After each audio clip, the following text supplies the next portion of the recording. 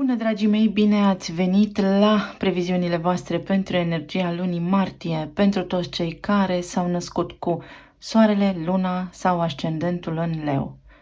Dragii mei, luna martie este de departe cea mai importantă lună a acestui an, pentru că, începând cu data de 7 martie, planeta Saturn va intra în Pești. În data de 23 martie, planeta Pluto va ieși din Capricorn și va intra în Vărsător. În 25 martie, Marte își va termina tranzitul prin Gemeni și va intra în Rac. Haideți să vedem pentru voi dedicat ce înseamnă aceste lucruri. În primul rând, planeta Saturn intră în Pești, în data de 7 martie, așa cum am menționat. Peștii sunt ultimul semn al cercului zodiacal. Drept urmare, aici în casa peștilor avem începutul și sfârșitul, sau sub arhetipul peștilor avem începutul și sfârșitul, perioada intrauterină, vindecarea, dar și iluziile deșarte. Pentru că arhetipul pești este guvernat atât de Jupiter cât și de Neptun. Neptun se află în acest moment în Pești, unde dematerializează lucrurile concrete. Cu intrarea lui Saturn în Pești, acesta va face curățenie și va crea o structură și va organiza puțin treburile. Pentru voi, toate aceste lucruri se vor întâmpla în casa a 8-a. Casa 8-a este o casă a Scorpionului, unde guvernator îl avem pe Pluto. Casa 8-a este o casă karmică, o casă emoțională, o casă a psihologiei, o casă a subiectelor tabu, a banilor celorlalți, a autorităților, a taxelor, impozitelor, a moștenirilor, dar și a transformării profunde de suflet, a alchimiei, a metamorfozei. Voi, avându-l pe Saturn aici, în acest moment, aveți ocazia să vă recăpătați controlul sau să vă eliberați puțin mintea de sub nebuloasa pe care a instalat-o anterior Neptun. Mai ales la nivel de interacțiune cu ceilalți, mai ales la nivel de interacțiune financiară cu ceilalți, modului prin care v-ați dat puterea partenerului, partenerei din viața voastră și mai ales în ceea ce privește sexualitatea sau capacitatea voastră de a crea lucruri noi. Casa 8-a, după cum vă spuneam, este una karmică, cu Saturn aici vine momentul în care să trageți niște concluzii sănătoase în ceea ce privește raportul de putere dintre voi și ceilalți, voi și statul, voi și guvernul, voi și alte tipuri de autorități, de ce nu, voi și parteneriatele pe care le aveți cu alții de orice natură, unde vă dați puterea, pentru că Saturn este lordul timpului, dar și al cauzei și al efectului. Se vor juca aici niște roluri foarte importante în următorii 3 ani pentru voi. Veți întâlni oameni cu care să dezbateți aceste teme care clar vor fi declanșate de tiparul vostru comportamental, de subconștientul vostru. Saturn s-a mai aflat aici, în această poziție în Pești, acum 29 de ani. Vă puteți uita în trecutul vostru să vedeți cam ce se întâmpla la acel moment din spațiu și din timp în viața voastră pentru a căpăta cumva un start sănătos în ceea ce privește acest tranzit și ce poate aduce pentru fiecare dintre voi începând cu 7 martie. Pluto este ultima planetă din sistemul solar, este cea care guvernează casa a 8-a, unde se va muta acum Saturn, și este cea care are rolul de a transforma sufletul, de a vorbi despre transformarea sufletului la nivel foarte profund. Pluto este planeta puterii, este planeta sexualității, este planeta transformării, a alchimiei. Planeta care, pe de o parte, distruge și pe de altă parte dă naștere. Este guvernatorul conceptului pasărea Phoenix. În casa 7-a, casa relațiilor de tot felul. Unde? Pentru următorii 20 de ani, pentru că procesul este unul subtil și lent, pot apărea în viața voastră fel și fel de persoane care să vă activeze acest joc al puterii. Puteți întâlni persoane foarte puternice sau persoane asupra cărora voi să vă exercitați puterea sau dominarea. Puteți întâlni aici parteneriate de tot soiul care să manipuleze. Fie voi pe ei, fie ei pe voi, fie oameni care fac asta la rândul lor într-un anume context social.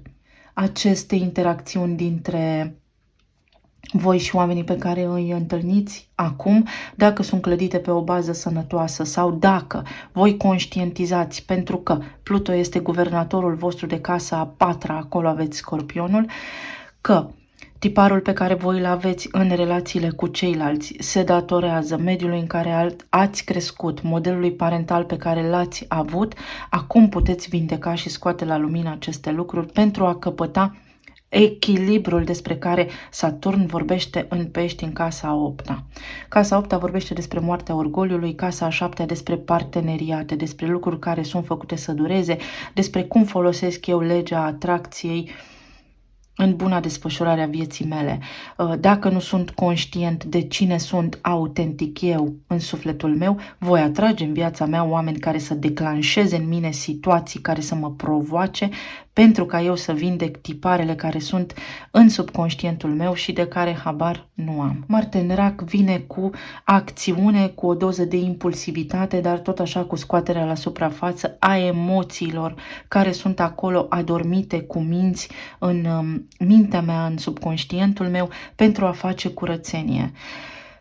Pe acest tranzit al lui Pluto în casa 7-a puteți seama fie că vă doriți să fiți singuri, fie că iubiți pe cineva din copilărie. Pluto este o planetă de generație, o planetă foarte puternică, face un tranzit complet prin arcul zodiacal în 250 de ani. Deci cu Pluto în Vărsător nu ne mai întâlnim aici.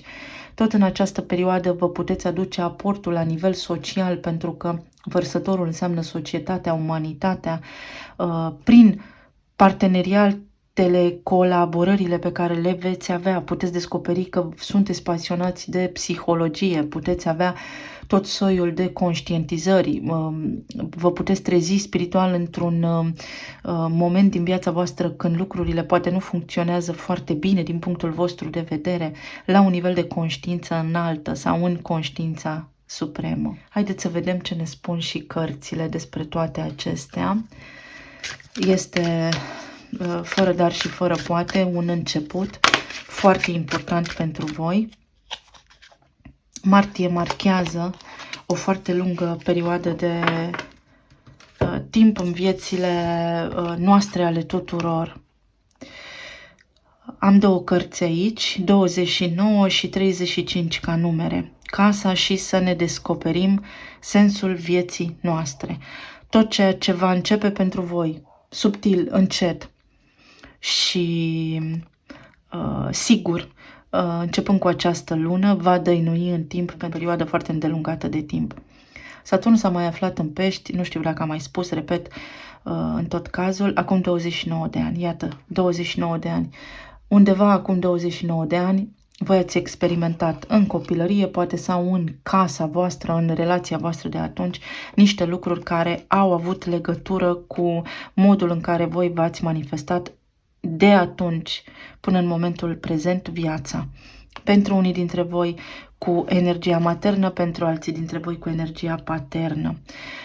Începând cu luna martie a acestui an, veți atrage în viața voastră oamenii potriviți vouă, alături de care să formați parteneriate solide în viața voastră, pentru că avem aici vioara, care înseamnă sunet, sunetul înseamnă vibrație, legea rezonanței, și veți avea ocazia să depășiți toate traumele emoționale pe care le-ați avut. Unii dintre voi posibil să fi avut traume majore în copilărie, unde să fi suferit de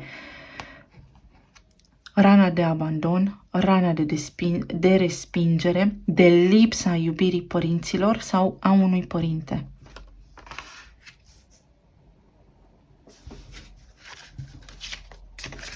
Nu cu acestea, cu acestea.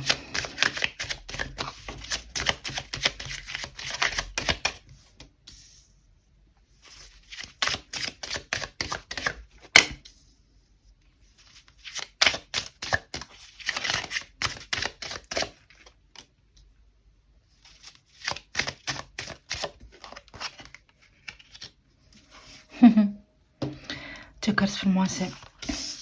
Haideți să vedem în acest context astral ce se întâmplă. În primul rând, foarte mult sunteți controlați de ceea ce s-a întâmplat în casa voastră în copilărie, mai ales sub influența energiei feminine care v-a crescut sau a energiei feminine, mama, da, care a fost absentă din viața voastră, posibil pentru unii dintre voi. 21 este o cifră a controlului, este numărul arcanei majore lumea, care înseamnă o închidere. Am acum ocazia să închid tot ceea ce s-a întâmplat și nu mi-a servit în viața mea. Triumf micuț înseamnă pas cu pas, am acum ocazia să lucrez la lucrurile care m-au măcinat, pentru că am aici un șoricel care m-au marcat profund de-a lungul timpului și care m-au ținut pe mine captiv într-un castel, da? Tot ce am trăit în viața mea a fost mai mult în mintea mea. Fie am avut așteptări de la ceilalți și lucrurile nu s-au aranjat precum eu m-am așteptat să se aranjeze, fie am avut încredere în oamenii nepotriviți mie și de-a lungul timpului m-am poziționat într-un raport de inegalitate față de aceștia și nu am avut decât de pierdut. Fie am fost crescută de cineva care și-a asumat responsabilitatea pentru creșterea mea, dar nu era energia primordială din viața mea. Eva nu este energia primordială feminină a creației, Lilith este. Iar Eva aici spune, împărăteasa, da, am și cifra care reprezintă arcana steaua, că pot în sfârșit acum să manifest calea mea, vindecarea mea, drumul meu în viață, astfel încât casa mea, căminul meu, viața mea să devină stabilă și armonioasă.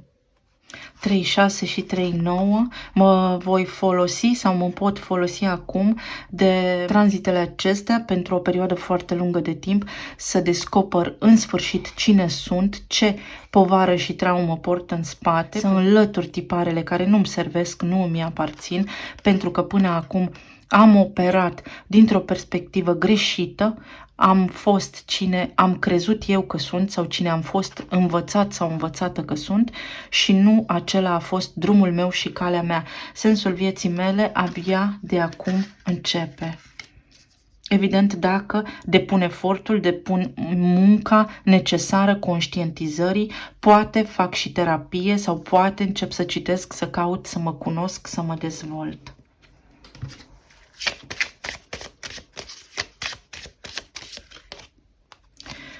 Am luat două cărți, Universul, cifra 31 și Tronul, foarte frumos. 31 în oglindă înseamnă moartea, transformarea. Universul îmi dă acum ocazia să repar ceea ce nu a funcționat bine pentru mine, 1, 2, 3, 4, în casa 4, în casa copilăriei mele și iată, am planeta Saturn aici. Închid niște cicluri karmice, transgeneraționale, puternice.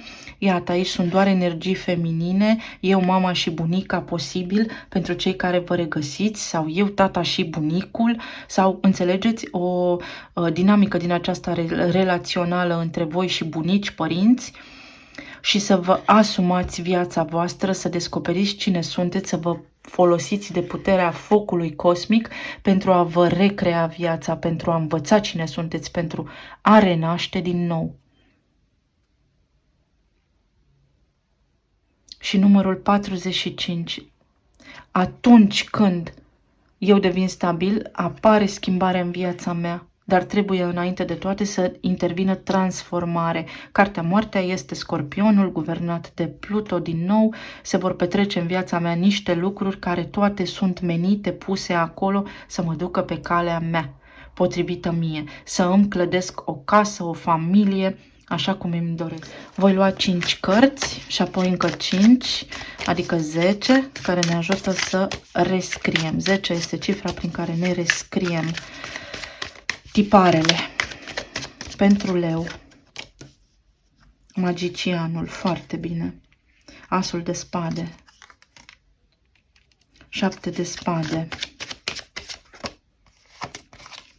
împărăteasa, minunat, și asul de monede, spectacular. Aceste tranzite pentru mine marchează o nouă viață, mai ales la nivel de relații. Mai ales la nivel de relații, să văd unde mi-am dat puterea, pentru că voi sunteți împărăteasa, fiecare dintre noi este împărăteasa, da? Unde energia mea feminină a dat mai mult, unde am iubit mai mult, unde am dat puterea, unde am fost manipulată pentru putere, dar unde s-a și profitat de pe urma mea la nivel financiar, sau unde eu financiar am ajutat pe cineva să se clădească și apoi acel cineva a întors spatele și a plecat. Aici vedeți avem un 7 și șarpele, adică Pluto în casa 7-a, care acum va pune reflectorul pe toți oamenii care mi intră în viață, pe relația mea, pe persoana mea iubită și mă va face conștient, am un as de spade aici, de cine este persoana aceasta cu adevărat, sau va trebui să chestionez, să pun sub lupă cu determinare și cu atenție fiecare om care mi intră în viață pentru a vedea exact ce rol al puterii joacă, cum este această relație dintre noi, care este relația, care este dinamica relațională dintre noi doi, pentru că doar știind adevărul eu mă pot desfășura. Magicianul este o carte a puterii. Pluto în casa 7 aici va avea un rol foarte important pentru trezirea mea spirituală, pentru deblocarea psihicului meu la nivel de energie feminină, pentru deblocarea energiei feminine din mine. Asul de monede pune oportunitate stabilă, reală și concretă, cinstită, să fiu împlinită, iubită, împlinit, iubit de acum înainte, dacă eu mă folosesc de aceste tranzite și în sfârșit mă trezesc și nu mai cred că tot ce zboară se mănâncă. Este o trezire spirituală aici cu magicianul și este ceva ce voi v-ați dorit. Are roșu și albastru, adică alchimie. Toate relațiile din viața voastră de până acum au avut rolul să vă trezească și toate relațiile din viața voastră de acum înainte au rolul să vă ridice pe voi pe tron. Să deveniți puternici, imbatabili și de nerecunoscut de acum înainte. Să vă dea înapoi puterea. La nivel profesional aveți ocazia acum să începeți ceva, unii dintre voi pe cont propriu, alții dintre voi într-un context social anume care să vă ofere vouă merite, lauri și onoruri la nivel de autoritate în domeniul în care voi veți începe să activați. La nivel de sănătate veți avea nevoie să faceți niște investigații medicale pentru lucruri din trecut pe care le-ați amânat, le-ați ignorat. Pentru unii dintre voi tiroida, verificați, faceți niște analize. Să vedem mai departe.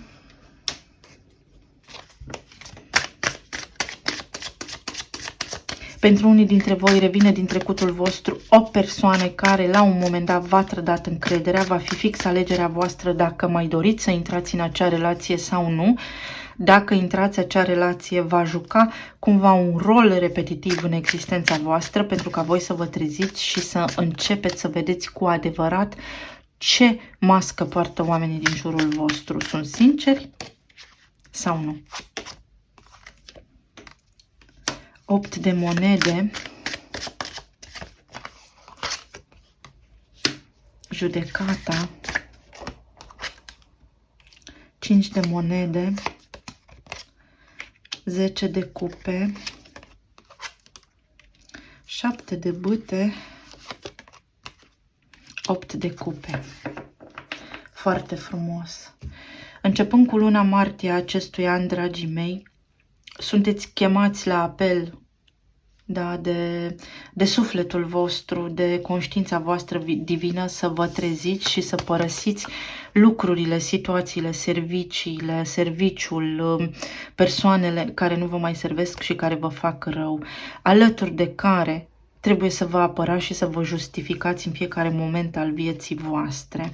Pentru că ați investit foarte multe sentimente aici, voi ați dat prea mult, ați dat totul și mai mult decât atât, pe lângă faptul că v-au pustit la nivel emoțional, v-au pustit și la nivel financiar. Voi ați susținut și acest lucru v-a creat un dezechilibru major.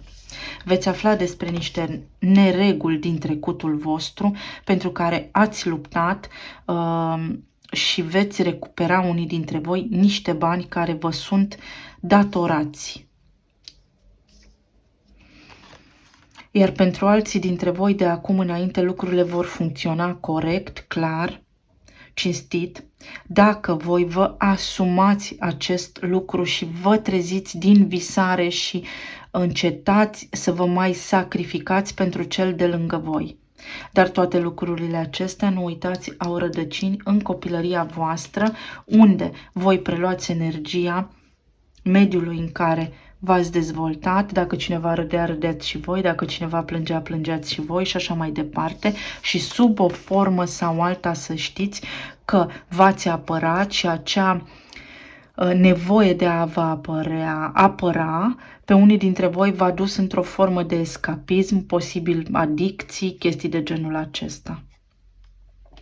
Unora dintre voi aici li s-au întâmplat situații în care cineva a abuzat la nivel de putere, la nivel fizic de voi, la nivel emoțional de voi și este momentul să închideți acest ciclu karmic, să conștientizați niște lucruri pentru a putea intra pe linia voastră temporală favorabilă. Unii dintre voi vă schimbați profesia la 360 de grade, adică practic o luați de la început. Ce mai avem aici?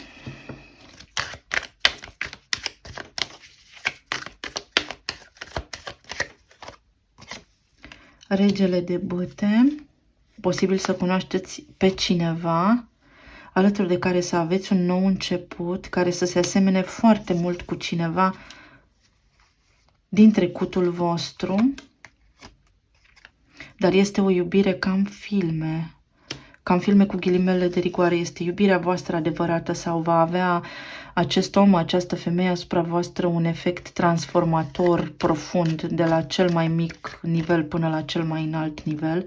Pentru unii dintre voi revine din trecutul vostru un om, o persoană, o femeie pe care ați iubit-o cu desăvârșire și în acest moment poate alături de acest om ați cunoscut dragostea adevărată, dar a existat acest sentiment de abandon sau drumurile voastre atunci nu au fost aliniate, nu a fost timpul potrivit pentru ca voi să vă iubiți, iar acest om acum revine în viața voastră pentru a sparge tiparele, pentru a face curățenie, pentru ca de această dată dragostea voastră să se materializeze.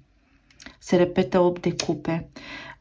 Sau cineva din trecutul vostru care a fost o persoană importantă din viața voastră, care a fost iubirea vieții voastre, revine acum în acest moment și vă cere iertare sau printr-o împrejurare din aceasta de tip coincidență, sincronicitate, vă întâlniți, vorbiți, discutați și cu această ocazie închideți un tipar karmic foarte nociv. Pentru alții dintre voi, această persoană revine în viața voastră după ce a făcut un ocol,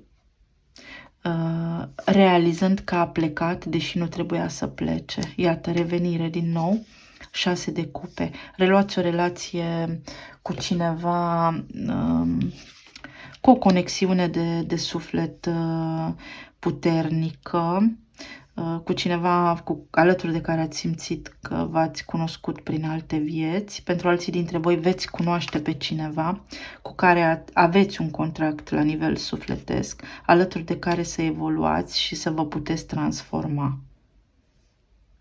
Dacă există cineva la care vă gândiți acum, acea persoană plătește pentru lucrurile sau va începe să plătească pentru lucrurile pe care vi le-au făcut vouă sau cu care v-au greșit vouă. Ce mai avem aici?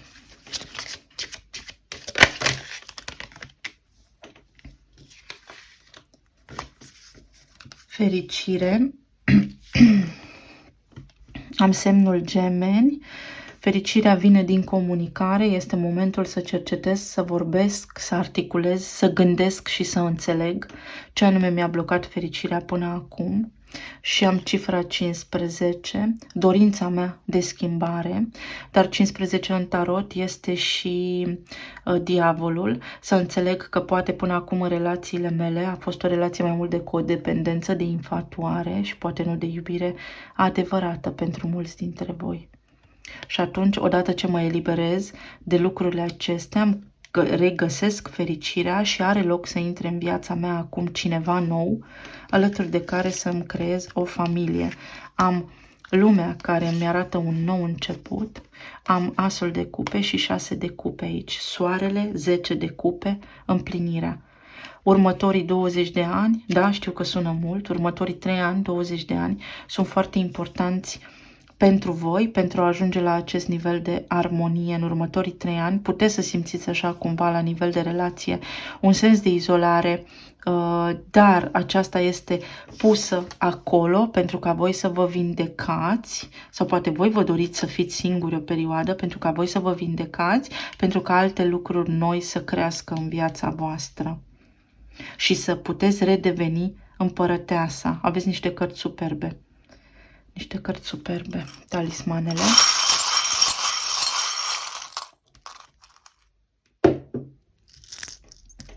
Iată, împărăteasa și împăratul, planeta Venus.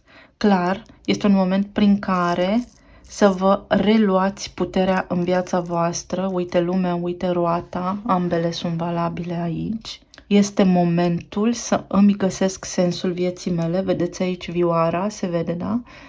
Și notele muzicale, prin care să mă trezesc, să-mi folosesc intuiția. Am cifra 6 și 5 sau 56 sau 11, cod liber arbitru, prin care toată puterea de acum înainte îmi aparține dacă reușesc să elimin toxicitatea din viața mea și pur și simplu să iert, pentru că dacă pun iubire acolo și iertare, îmi va fi bine și mă deblochez. Am 2 bufnițe, voi deveni foarte înțelept, voi deveni un fel de autoritate, dar în egală măsură, bufnița în iubire poate însemna și un prădător, să fiu atent și să închid acest tipar al prădătorului, unde îmi dau puterea în relațiile mele. Am norocul cu trifoiul cu 4 foi, care înseamnă noroc, o aripă de îngeri și speranță, gândul că se întâmplă lucruri bune, aici închiderea, Q, Capricornul, pot începe ceva pe cont propriu sau pot progresa foarte mult până la nivel de autoritate în domeniu profesional. Aici am H, îmi lipsește A, H, P-I, care poate însemna happy și am din nou fericirea. Se anunță o perioadă foarte fericită sau bucurați-vă de ceea ce urmează, pentru că vă veți găsi în fața darurilor voastre spirituale, chiar dacă nu vă dați seama. Am inițiala I, semnul racului. Aici am energie masculină, energie feminină, mama, tata. Pot închide un ciclu karmic care are legătură cu familia mea, cu părinții mei. Îmi pot găsi în sfârșit armonia și mă pot schimba. Va fi nevoie să aveți grijă la șolduri, la mișcare. Veți avea foarte multe alegeri de făcut, începând cu luna martie a acestui an, care vă vor defini clar liniile temporale pe care mergeți de acum înainte. Începe o nouă eră pentru voi, asta văd aici pentru voi. Pi 3,14, evoluție spirituală fantastică, trezire spirituală, pentru cei care nu știți ce este, căutați pe internet. HQ, unii dintre voi veți ajunge în funcții foarte înalte sau aveți acum ocazia să vă drumul, să deveniți mentor pentru cineva sau să vă găsiți mentorul, partenerul de afaceri, partenerul de orice partener alături de care să evoluați. Pluto va sta în Vărsător 20 de ani, Saturn în Pești 3 ani. Ultima dată Saturn a fost în Pești acum 29 de ani, iar Pluto a stat în Capricorn 14 ani. Unii dintre voi puteți să urmați niște cursuri acum, cursurile pe care le faceți acum, indiferent de cursuri, vor fi ceea ce pe voi vă va face această autoritate în domeniul vostru. În domeniul vostru.